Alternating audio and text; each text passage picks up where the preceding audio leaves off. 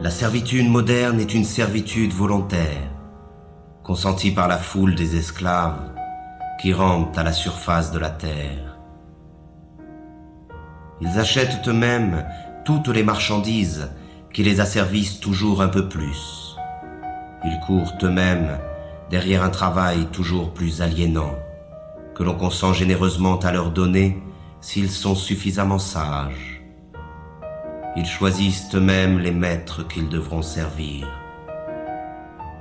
Pour que cette tragédie mêlée d'absurdité ait pu se mettre en place, il a fallu tout d'abord ôter aux membres de cette classe toute conscience de son exploitation et de son aliénation. Voilà bien l'étrange modernité de notre époque. Contrairement aux esclaves de l'Antiquité, aux serfs du Moyen-Âge ou aux ouvriers des premières révolutions industrielles, nous sommes aujourd'hui devant une classe totalement asservie, mais qui ne le sait pas, ou plutôt, qui ne veut pas le savoir. Ils ignorent par conséquent la révolte, qui devrait être la seule réaction légitime des exploités. Ils acceptent sans discuter la vie pitoyable que l'on a construite pour eux. Le renoncement et la résignation sont la source de leur malheur. Voilà le mauvais rêve des esclaves modernes, qui n'aspirent finalement qu'à se laisser aller dans la danse macabre du système de l'aliénation.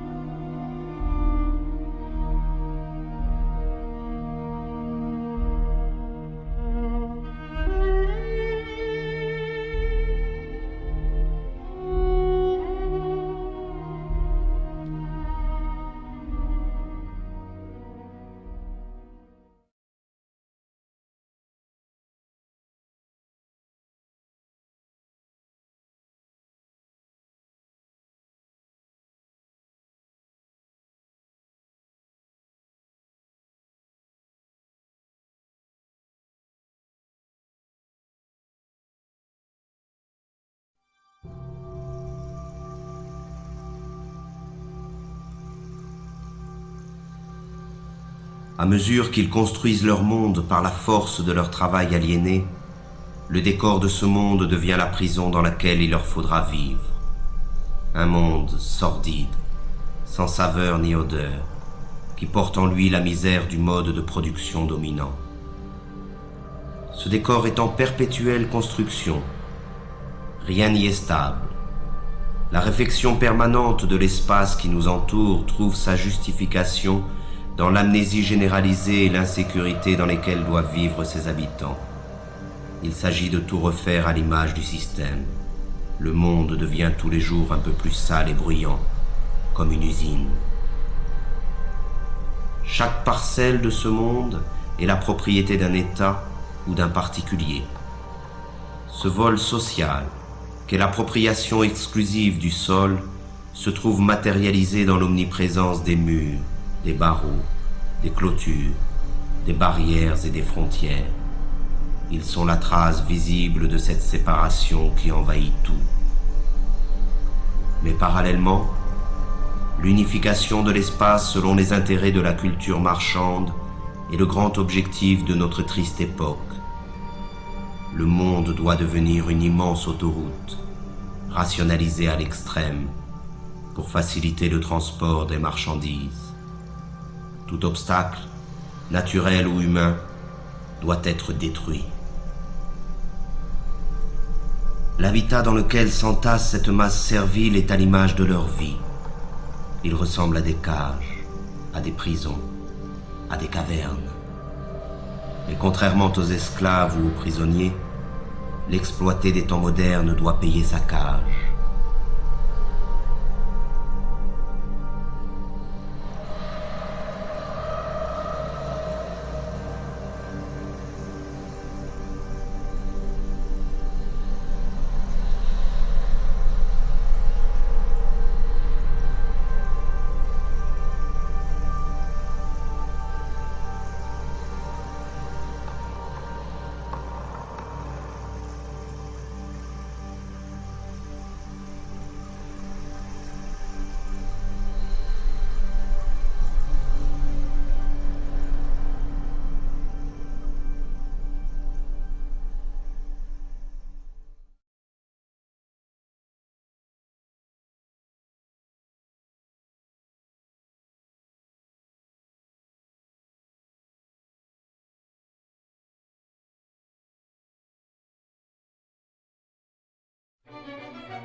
Et c'est dans ce logis étroit et lugubre qu'il entasse les nouvelles marchandises qui devraient, selon les messages publicitaires omniprésents, lui apporter le bonheur et la plénitude. Mais plus il accumule des marchandises, et plus la possibilité d'accéder un jour au bonheur s'éloigne de lui.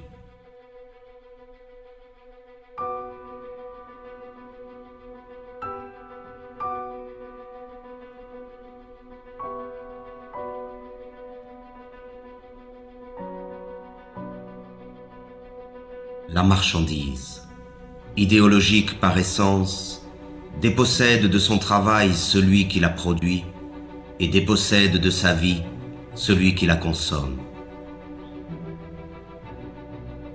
Dans le système économique dominant, ce n'est plus la demande qui conditionne l'offre, mais l'offre qui détermine la demande. C'est ainsi que de manière périodique, de nouveaux besoins sont créés qui sont vite considérés comme des besoins vitaux par l'immense majorité de la population. Ce fut d'abord la radio, puis la voiture, la télévision, l'ordinateur et maintenant le téléphone portable. Toutes ces marchandises, distribuées massivement en un laps de temps très limité, modifient en profondeur les relations humaines. Elles servent d'une part à isoler les hommes un peu plus de leurs semblables et d'autre part à diffuser les messages dominants du système. Les choses qu'on possède finissent par nous posséder.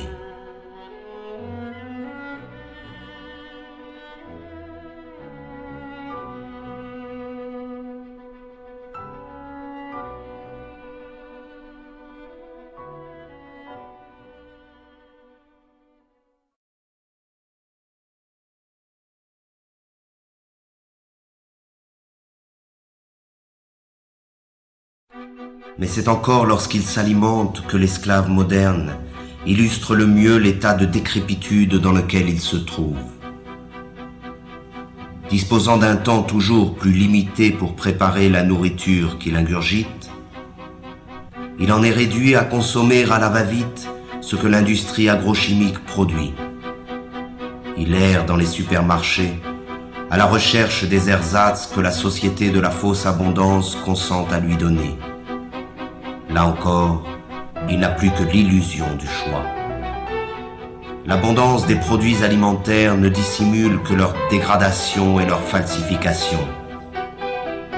Il ne s'agit bien notoirement que d'organismes génétiquement modifiés, d'un mélange de colorants et de conservateurs, de pesticides, d'hormones et autres inventions de la modernité. Le plaisir immédiat est la règle du mode d'alimentation dominant, de même qu'il est la règle de toutes les formes de consommation. Et les conséquences sont là qui illustrent cette manière de s'alimenter. Mais c'est face au dénuement du plus grand nombre que l'homme occidental se réjouit de sa position et de sa consommation frénétique. Pourtant, la misère est partout où règne la société totalitaire marchande.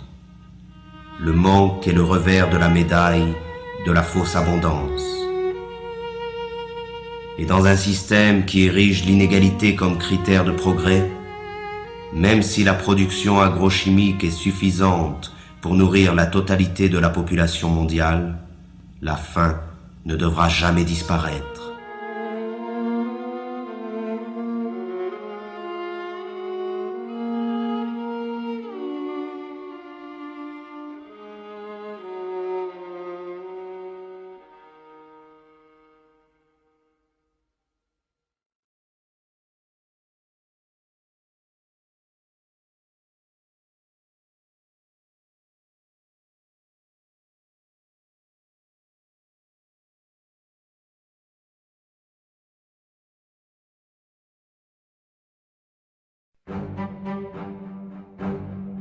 L'autre conséquence de la fausse abondance alimentaire est la généralisation des usines concentrationnaires et l'extermination massive et barbare des espèces qui servent à nourrir les esclaves. Là se trouve l'essence même du mode de production dominant. La vie et l'humanité ne résistent pas face au désir de profit de quelques-uns.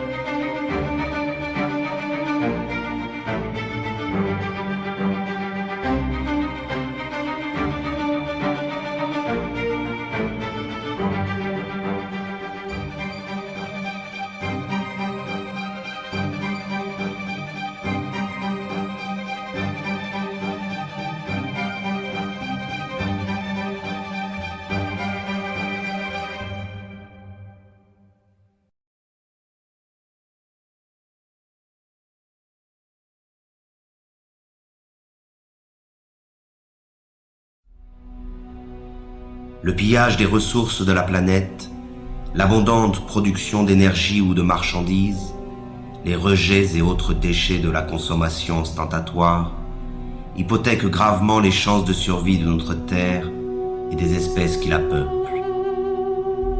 Mais pour laisser libre cours au capitalisme sauvage, la croissance ne doit jamais s'arrêter.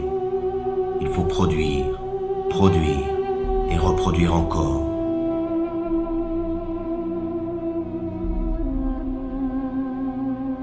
Et ce sont les mêmes pollueurs qui se présentent aujourd'hui comme les sauveurs potentiels de la planète.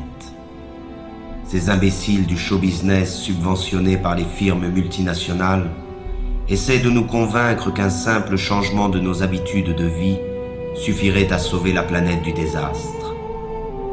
Et pendant qu'ils nous culpabilisent, ils continuent à polluer sans cesse notre environnement et notre esprit.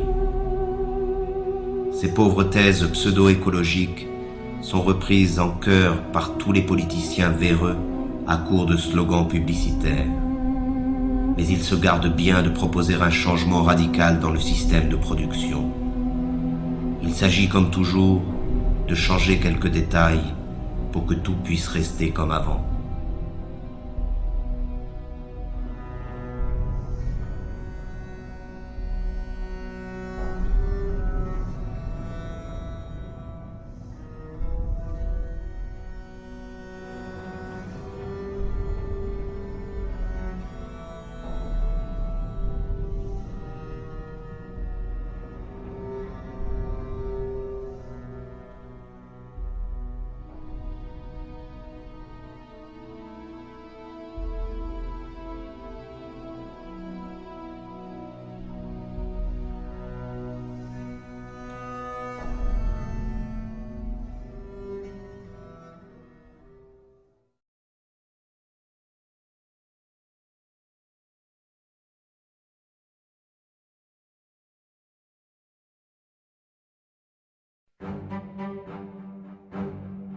Mais pour rentrer dans la ronde de la consommation frénétique, il faut de l'argent. Et pour avoir de l'argent, il faut travailler, c'est-à-dire se vendre. Le système dominant a fait du travail sa principale valeur. Et les esclaves doivent travailler toujours plus pour payer à crédit leur vie misérable. Ils s'épuisent dans le travail, perdent la plus grande part de leur force vitale et subissent les pires humiliations. Ils passent toute leur vie à une activité fatigante et ennuyeuse pour le profit de quelques-uns. L'invention du chômage moderne est là pour les effrayer et les faire remercier sans cesse le pouvoir de se montrer généreux avec eux. Que pourraient-ils bien faire sans cette torture qu'est le travail? Et ce sont ces activités aliénantes que l'on présente comme une libération. Quelle déchéance et quelle misère!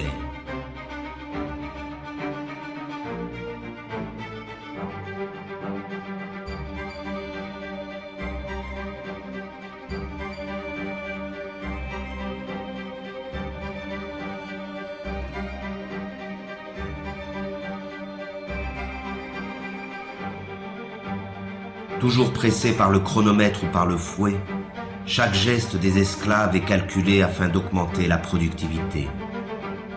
L'organisation scientifique du travail constitue l'essence même de la dépossession des travailleurs, à la fois du fruit de leur travail, mais aussi du temps qu'ils passent à la production automatique des marchandises ou des services. Le rôle du travailleur se confond avec celui d'une machine dans les usines, avec celui d'un ordinateur dans les bureaux. Le temps perdu ne revient plus. Ainsi, chaque travailleur est assigné à une tâche répétitive, qu'elle soit intellectuelle ou physique. Il est spécialiste dans son domaine de production. Cette spécialisation se retrouve à l'échelle de la planète dans le cadre de la Division internationale du travail. On conçoit en Occident, on produit en Asie et l'on meurt en Afrique.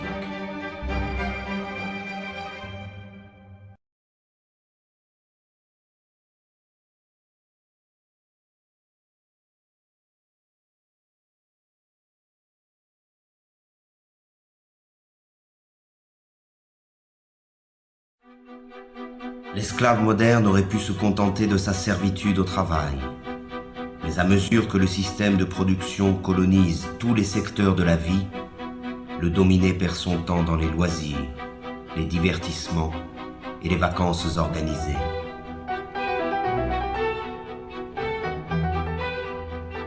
Aucun moment de son quotidien n'échappe à l'emprise du système.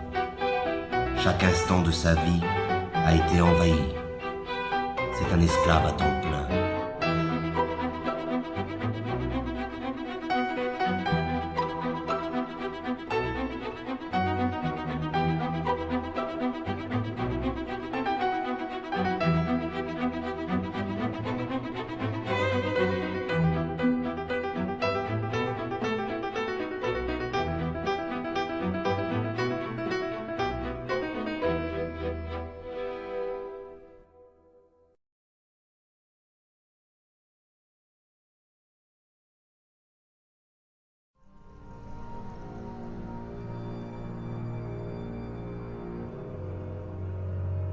La dégradation généralisée de son environnement, de l'air qu'il respire et de la nourriture qu'il consomme, le stress de ses conditions de travail et de l'ensemble de sa vie sociale sont à l'origine des nouvelles maladies de l'esclave moderne.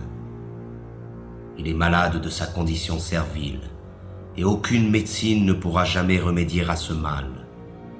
Seule la libération la plus complète de la condition dans laquelle il se trouve enfermé peut permettre à l'esclave moderne de se libérer de ses souffrances.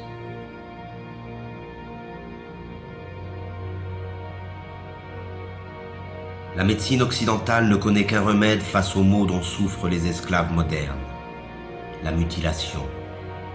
C'est à base de chirurgie, d'antibiotiques ou de chimiothérapie que l'on traite les patients de la médecine marchande. On s'attaque aux conséquences du mal sans jamais en chercher la cause. Cela se comprend autant que cela s'explique. Cette recherche nous conduirait inévitablement vers une condamnation sans appel de l'organisation sociale dans son ensemble.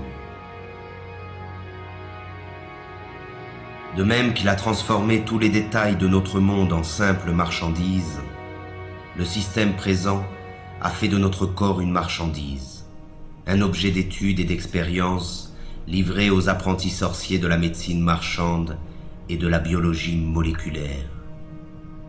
Et les maîtres du monde sont déjà prêts à breveter le vivant. Le séquençage complet de l'ADN du génome humain est le point de départ d'une nouvelle stratégie mise en place par le pouvoir. Le décodage génétique n'a d'autre but que d'amplifier considérablement les formes de domination et de contrôle. Notre corps, lui aussi, après tant d'autres choses, nous a échappé.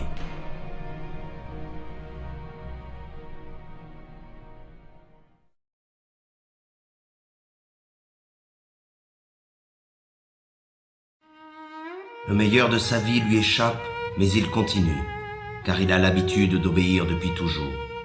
L'obéissance est devenue sa seconde nature. Il obéit sans savoir pourquoi, simplement parce qu'il sait qu'il doit obéir. Obéir, produire et consommer, voilà le triptyque qui domine sa vie. Il obéit à ses parents, à ses professeurs, à ses patrons, à ses propriétaires, à ses marchands. Il obéit à la loi et aux forces de l'ordre. Il obéit à tous les pouvoirs car il ne sait rien faire d'autre. La désobéissance l'effraie plus que tout, car la désobéissance, c'est le risque, l'aventure, le changement. Mais de même que l'enfant panique lorsqu'il perd de vue ses parents, l'esclave moderne est perdu sans le pouvoir qui l'a créé. Alors il continue d'obéir.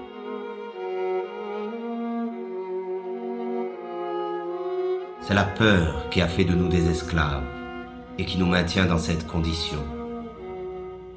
Nous nous courbons devant les maîtres du monde et leur police. Nous acceptons cette vie d'humiliation et de misère par crainte. Nous disposons pourtant de la force du nombre face à cette minorité qui gouverne. Leur force à eux, ils ne la retirent pas de leur police, mais bien de notre consentement. Nous justifions notre lâcheté devant l'affrontement légitime contre les forces qui nous oppriment par un discours plein d'humanisme moralisateur. Le refus de la violence révolutionnaire est ancré dans les esprits de ceux qui s'opposent au système au nom des valeurs que ce système nous a lui-même enseignées. Mais le pouvoir, lui, n'hésite jamais à utiliser la violence quand il s'agit de conserver son hégémonie.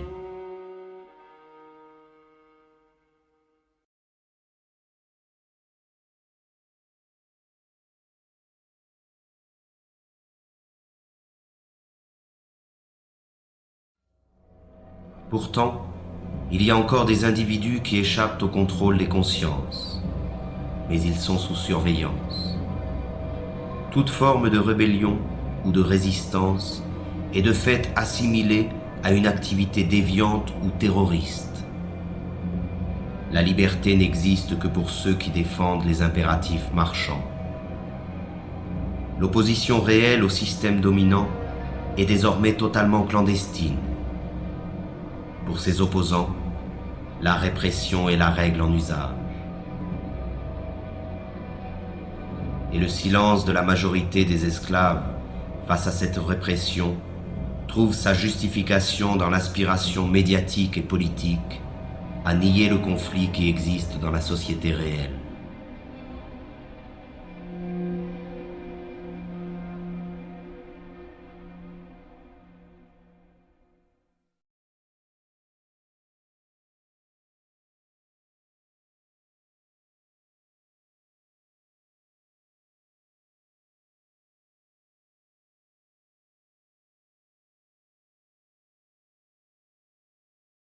Comme tous les êtres opprimés de l'histoire, l'esclave moderne a besoin de sa mystique et de son Dieu pour anesthésier le mal qui le tourmente et la souffrance qui l'accable. Mais ce nouveau Dieu, auquel il a livré son âme, n'est rien d'autre que le néant, un bout de papier, un numéro qui n'a de sens que parce que tout le monde a décidé de lui en donner. C'est pour ce nouveau Dieu qu'il étudie, qu'il travaille, qu'il se bat et qu'il se vend. C'est pour ce nouveau Dieu qu'il a abandonné toute valeur et qu'il est prêt à faire n'importe quoi. Il croit qu'en possédant beaucoup d'argent, il se libérera des contraintes dans lesquelles il se trouve enfermé, comme si la possession allait de pair avec la liberté. La libération est une ascèse qui provient de la maîtrise de soi. Elle est un désir et une volonté en acte. Elle est dans l'être et non dans l'avoir. Mais encore faut-il être résolu à ne plus servir, à ne plus obéir. Encore faut-il être capable de rompre avec une habitude que personne, semble-t-il, n'ose remettre en cause.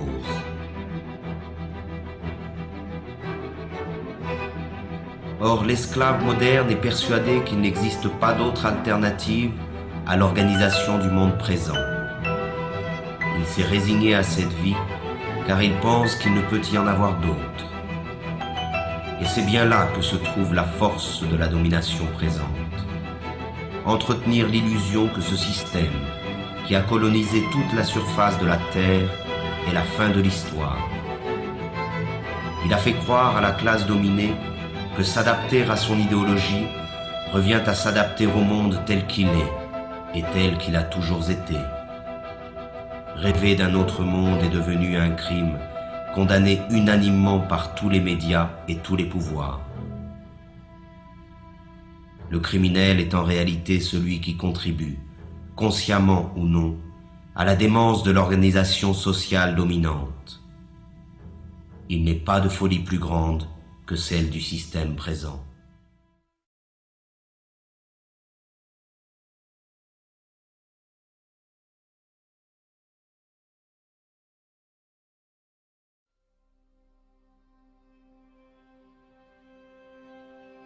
Devant la désolation du monde réel, il s'agit pour le système de coloniser l'ensemble de la conscience des esclaves. C'est ainsi que dans le système dominant, les forces de répression laissent progressivement place à la dissuasion, qui dès la plus petite enfance accomplit son œuvre de formation des esclaves. Ils doivent oublier leurs conditions serviles, leur prison et leur vie misérable. Il suffit de voir cette foule hypnotique connectée devant tous les écrans qui accompagnent leur vie quotidienne.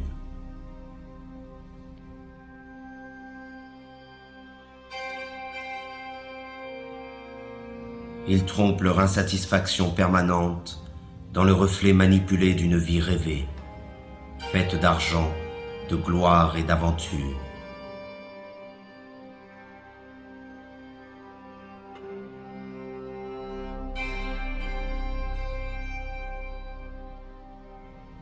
Mais leurs rêves sont tout aussi affligeants que leur vie misérable.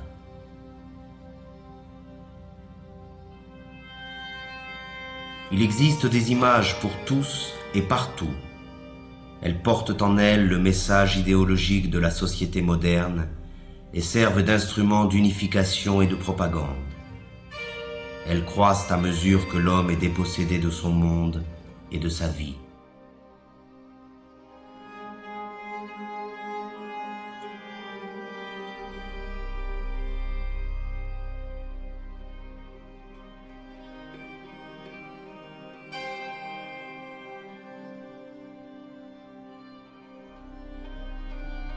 C'est l'enfant qui est la cible première de ces images, car il s'agit d'étouffer la liberté dans son berceau. Il faut les rendre stupides et leur ôter toute forme de réflexion et de critique. Tout cela se fait bien entendu avec la complicité déconcertante de leurs parents, qui ne cherchent même plus à résister face à la force de frappe cumulée de tous les moyens modernes de communication. Ils achètent eux-mêmes toutes les marchandises nécessaires à l'asservissement de leur progéniture. Ils se dépossèdent de l'éducation de leurs enfants et la livrent en bloc au système de l'abrutissement et de la médiocrité.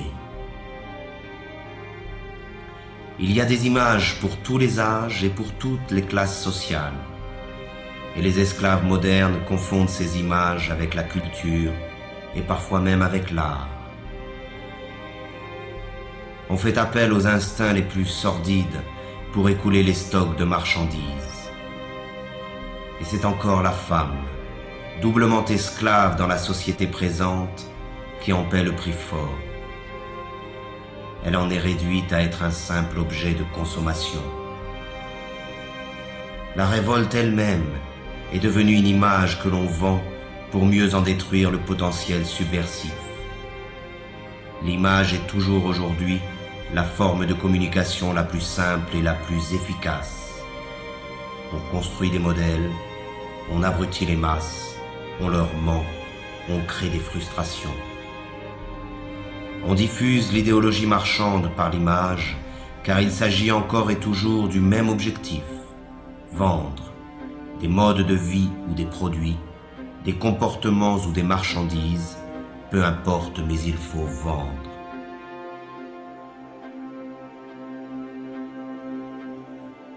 Ces pauvres hommes se divertissent, mais ce divertissement n'est là que pour faire diversion face au véritable mal qui les accable.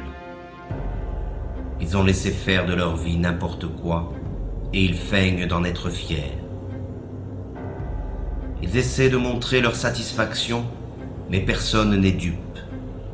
Ils n'arrivent même plus à se tromper eux-mêmes lorsqu'ils se retrouvent face au reflet glacé du miroir.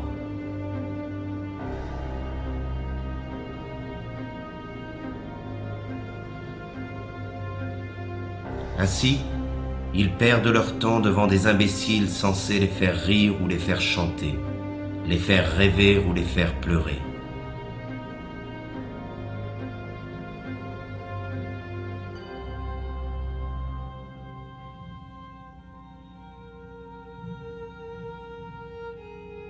On mime à travers le sport médiatique les succès et les échecs, les forces et les victoires que les esclaves modernes ont cessé de vivre dans leur propre quotidien. Leur insatisfaction les incite à vivre par procuration devant leur poste de télévision.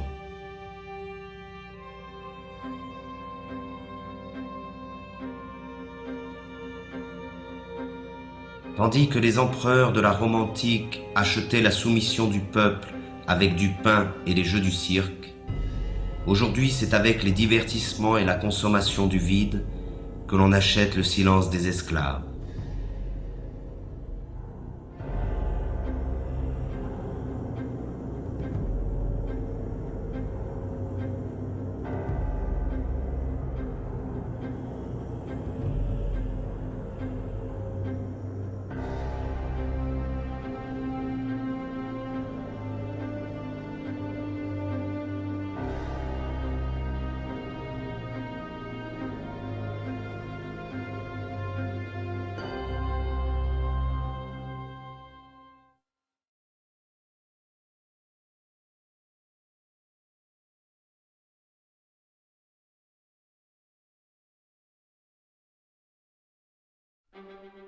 La domination sur les consciences passe essentiellement par l'utilisation viciée du langage, par la classe économiquement et socialement dominante. Étant détenteur de l'ensemble des moyens de communication, le pouvoir diffuse l'idéologie marchande par la définition figée, partielle et partiale qu'il donne des mots. Les mots sont présentés comme neutres et leur définition comme allant de soi. Mais sous le contrôle du pouvoir, le langage désigne toujours autre chose que la vie réelle. C'est avant tout un langage de la résignation et de l'impuissance, le langage de l'acceptation passive des choses telles qu'elles sont et telles qu'elles doivent demeurer. Les mots travaillent pour le compte de l'organisation dominante de la vie. Et le fait même d'utiliser le langage du pouvoir nous condamne à l'impuissance. Le problème du langage est au centre du combat pour l'émancipation humaine. Il n'est pas une forme de domination qui se surajoute aux autres. Il est le cœur même du projet d'asservissement du système totalitaire marchand. C'est par la réappropriation du langage, et donc de la communication réelle entre les personnes, que la possibilité d'un changement radical émerge de nouveau. C'est en cela que le projet révolutionnaire rejoint le projet poétique. Dans l'effervescence populaire, la parole est prise et réinventée par des groupes étendus. La spontanéité créatrice s'empare de chacun et nous rassemble tous.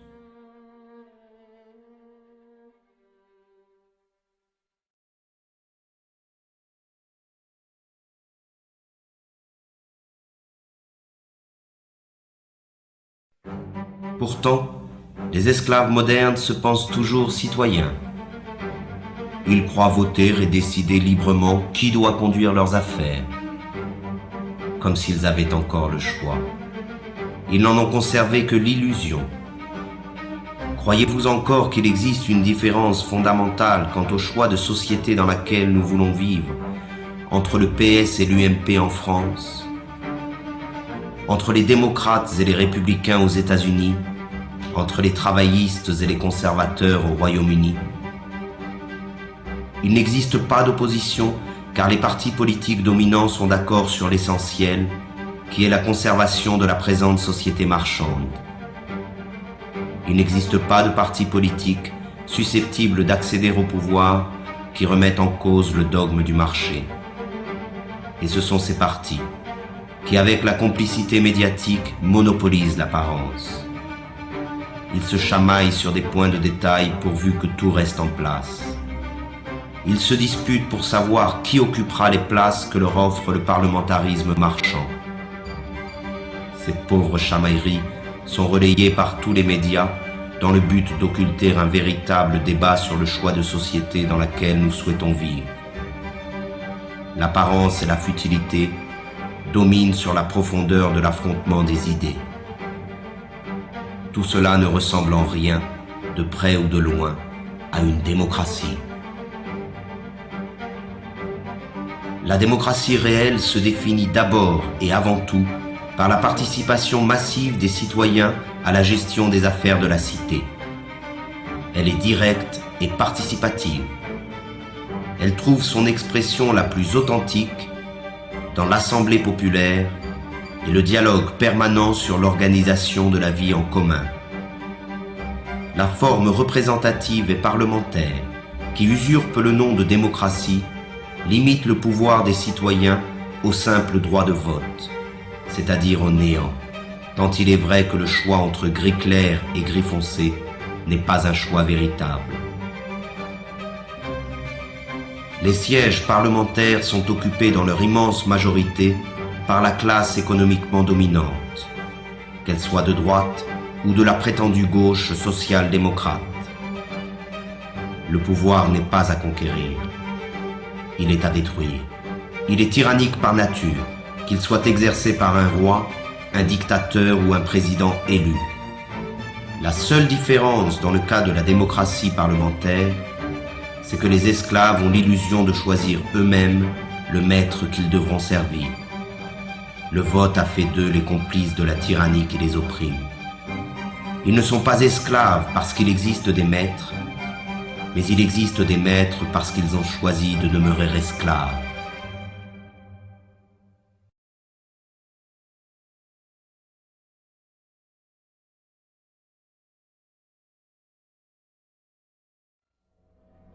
Le système dominant se définit donc par l'omniprésence de son idéologie marchande.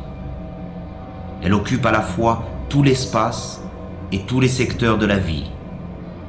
Elle ne dit rien de plus que produisez, vendez, consommez, accumulez. Elle a réduit l'ensemble des rapports humains à des rapports marchands et considère notre planète comme une simple marchandise. Le devoir qu'elle nous impose est le travail servile. Le seul droit qu'elle reconnaît est le droit à la propriété privée. Le seul Dieu qu'elle arbore est l'argent. Le monopole de l'apparence est total. Seuls paraissent les hommes et les discours favorables à l'idéologie dominante. La critique de ce monde est noyée dans le flot médiatique qui détermine ce qui est bien et ce qui est mal, ce que l'on peut voir et ce que l'on ne peut pas voir.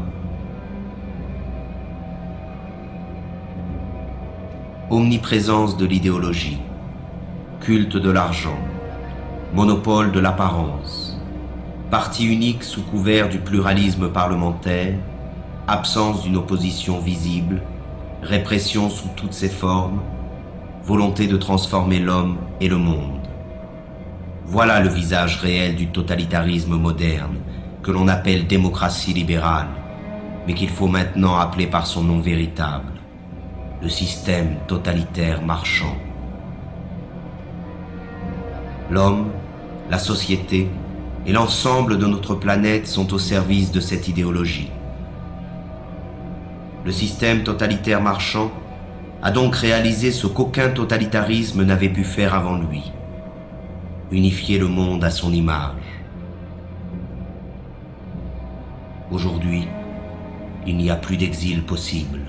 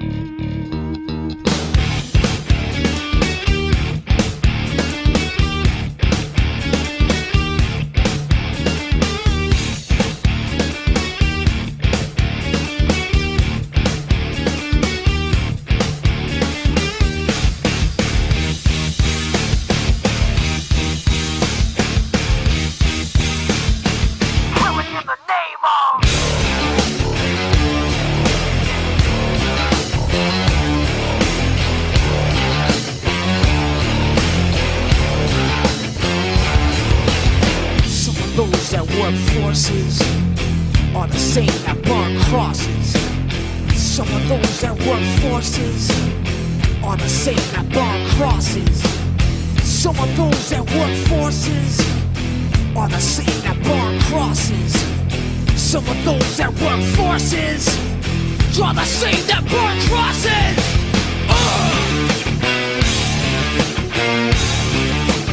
Killing in the name of, killing in the name of. Now you do what they told ya. Now you do what they told ya. Now you do what they told ya. Now you do what they told ya. Now you do what they told ya. Now you do what they told ya. Now you do what they told ya. And now you do what they told ya. And now you do what they told ya. And now you do what they told ya. And now you do what they told ya. And now you do what they told ya. Those who died are justified. But wearing the badge, yeah, you're chosen white. You're justified. Those that died, but wearing the badge, yeah, you're chosen white. Those who died are justified. But wearing the badge, yeah, you're chosen white. You're justified. Those who died, but wearing the badge, yeah, you're chosen white. Some of those that work forces are the same that burn crosses. Some of those that work forces are the same that burn crosses. Some of those that work forces are the same that burn crosses. Some of those that work forces are the same that burn crosses.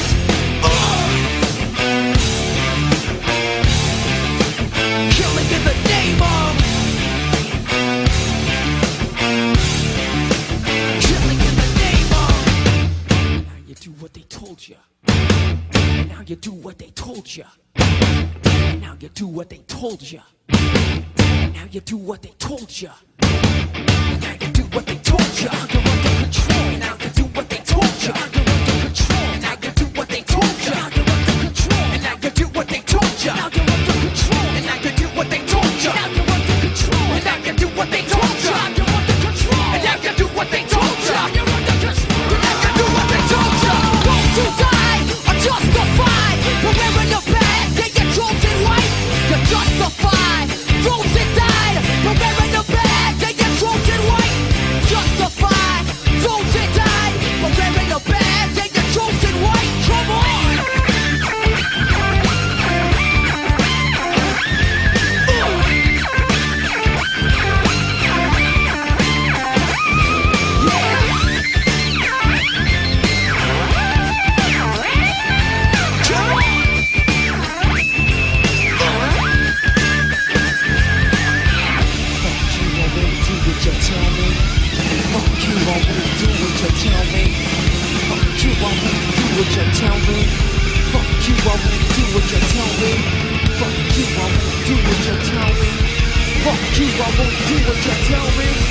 Fuck you, I won't do what you tell me.